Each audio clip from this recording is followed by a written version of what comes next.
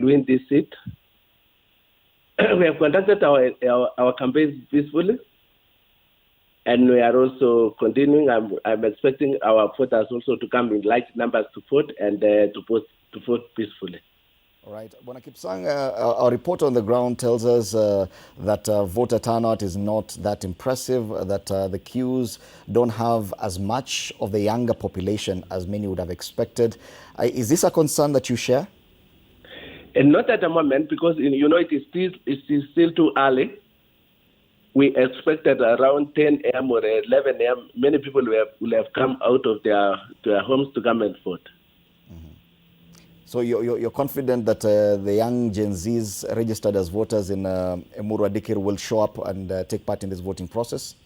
Yeah, what in this by-election, those the young people, the Gen Zs were not considered in this one, because we are referring to the last voting in the 2022. But those who have registered, I think they will vote. All right. There are reports that there may have been a security incident overnight, that there were gunshots heard. And do you have clarity on what happened? And do you have any concerns in as far as security is concerned? Yes, in fact, I raised the concerns at night with the police officers who are doing the operations. And in fact, earlier on, we had raised a point of some hotspot areas, and we had instructed them to go and oversee the security over those areas. And right now, I'm told everything is okay. We have so many security officers patrolling. Even though I was told at around 2 a.m. there were some gunshots at a place called Socket. I'm yet to confirm what was the purpose of the gunshots.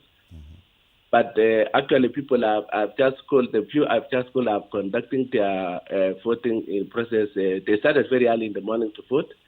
And I'm sure that it will be very peaceful. All right. Finally, the IEBC, just a day before these elections, issued a notice banning the use of mobile phones and cameras in polling stations. And there's even a notice on most of the doors into the polling stations that these gadgets will not be allowed. What is your opinion on that? Surely, I don't know why they decided to do that, because, this thing has to be transparent. I don't see the reason why they should bar us from using the phones in the polling centers. This election, we wanted to be very transparent to everybody, so that everybody knows that it was free, fair, and credible.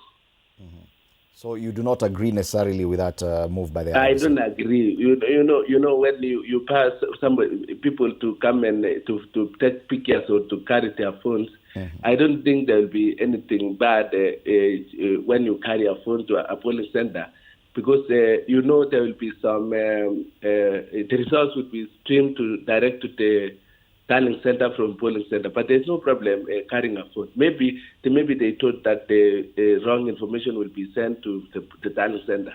All right.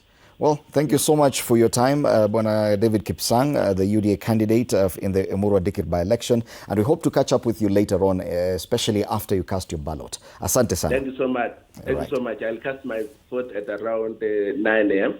All right.